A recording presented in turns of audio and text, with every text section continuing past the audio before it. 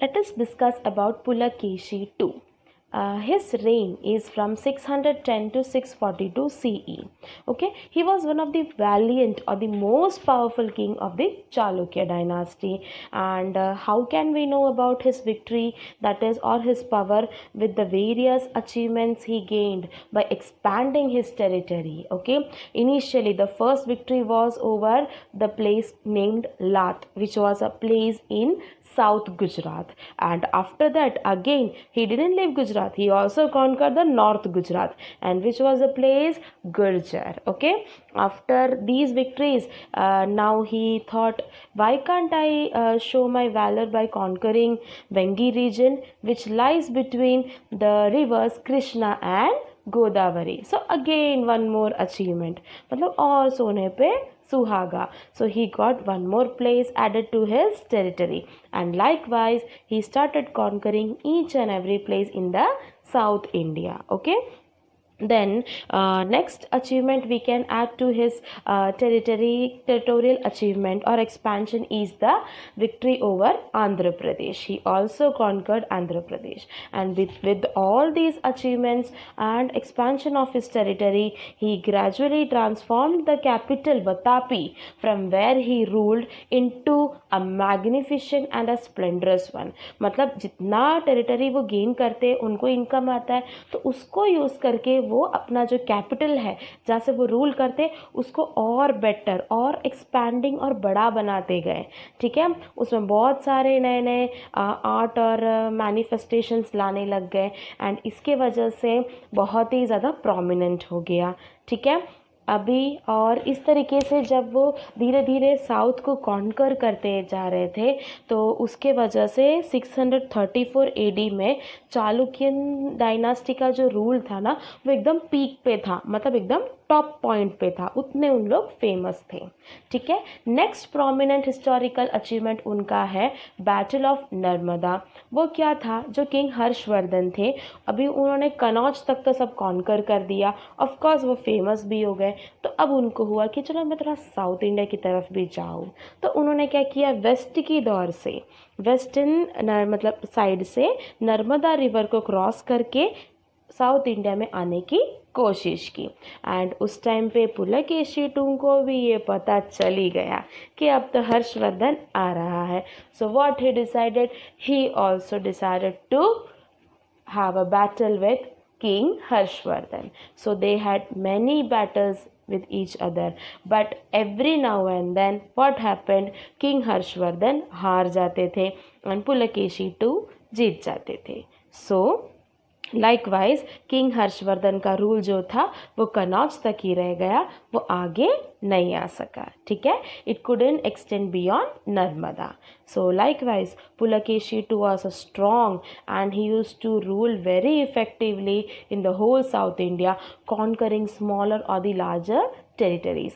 Always the Chalukyans and the Pallavas, who were the rivals of the Chalukyan dynasty, they always used to raid each other's territory. Okay, and in this process they always tried to ensure that South India की ये reason तो मेरा ही है, मेरा ही है, इस तरीके से हमेशा कॉन्कर करने की कोशिश करते थे.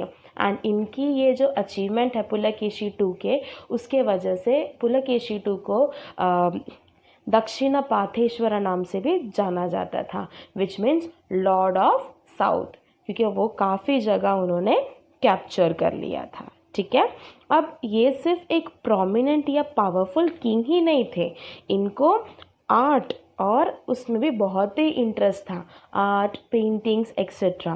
वो हमको कैसे पता चलता है, जो केव्स है बतापी के जो भी केव्स है या धारापुरी के जो भी केव्स थे, वो सब उनके रेन के दौरान ही बनाया गया था, मतलब उनके रूलिंग के टाइम पे. उसमें जो पेंटिंग्स हैं वो डिस्क्राइब करते हैं क्या क्या इन लोगों के टाइम पे जो भी अचीवमेंट्स होते थे वॉर पर्सपेक्टिव में, या फिर कुछ भी इवेंट्स होता था, वो सब का उन लोग ड्राइंग्स एंड पेंटिंग्स बनाते थे. ठीक है, अजंता केव्स में भी काफ़ी पेंटिंग्स हैं, म्यूरल्स है, जो इसके बारे में डिस्क्राइब करता है. ठीक है। एंड ह्यून सैंग जो थे जिनके बारे में हमने डिस्कस किया प्रीवियस वीडियो में, वो भी इनके किंगडम को विजिट करने आए थे एंड बहुत ही ग्रैंड तरीके से उन्होंने वो डिस्क्राइब किया है अपने बुक में पुलकेशी 2 के बारे में, ठीक है। And further we can say that Ravi Kirti, who was the court poet of Pulakeshi II, he composed a प्रशस्ति। ओके, प्रशस्ति में जनरली जो किंग होते हैं उनका पूरा एंसेस्ट्रल हिस्ट्री एंड जो भी अचीवमेंट्स है सबके बारे में, it's a kind of biography जो उसमें होता है। तो उस तरीके से पुलकेशी 2 के बारे में भी रवि कीर्ति जो थे उन्होंने प्रशस्ति में मेंशन किया था कि पुलकेशी 2 के पहले कौन रूलर थे, सब कुछ। And further he also talks about Pulakeshi II's expedition to the east and west coast, okay, how he conquered various territories etc. are being informed and mentioned in that, okay. Also we can say that जो Chalukya dynasty के rulers थे, kings थे, they followed the Hinduism. And Chalukyan जो kings थे they use to follow the Hinduism, okay, the religion of Hinduism. And Buddhism during that time was into a declining, मतलब धीरे धीरे Buddhism जो था उसको इतने लोग फॉलो नहीं करते थे, because Digambar which was one of the Jain sect that came into popularity, Digambars का जो फॉलोइंग ऑफ रिलीजन था उसको लोग ज़्यादा प्रेफर करते थे, ठीक है। So that was about Pulakeshi 2 and he had 5 sons, okay, Chandravidya, Adityavarma, Vikramaditya 1, Jaysingh and Ambera, okay. So after the death of Pulakeshi II, he was defeated by Pallava king who was the ruler from Kanchipuram. Their capital was Kanchipuram. So Pallava king defeated whom? Pulakeshi II in 642 CE and his name was Narasimhavarman I. उन्होंने पुलकेशी 2 को मार डाला, ठीक है। सो उसके बाद पुलकेशी 2 का death हो गया, तो चालुक्य डायनास्टी अब कौन कैरी फॉरवर्ड करेगा? तो उनके 5 सन्स थे, उनके बीच में वॉर होता था कि मैं रूलिंग पे आऊँगा, मैं रूलिंग पे आऊँगा।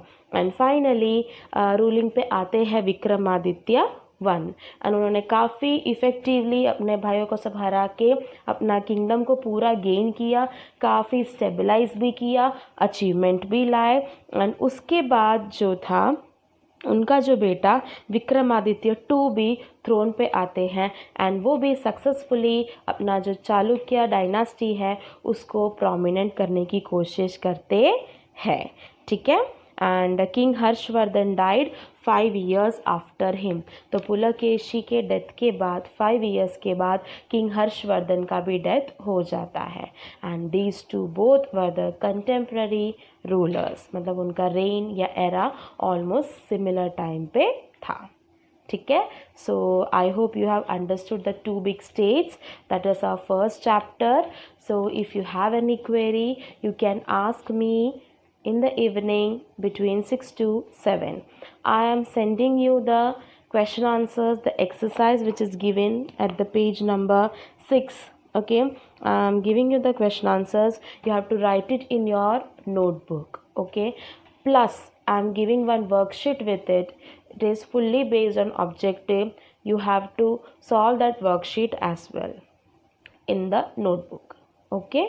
So I hope you have understood the chapter. In case of any query you can ask me. Clear?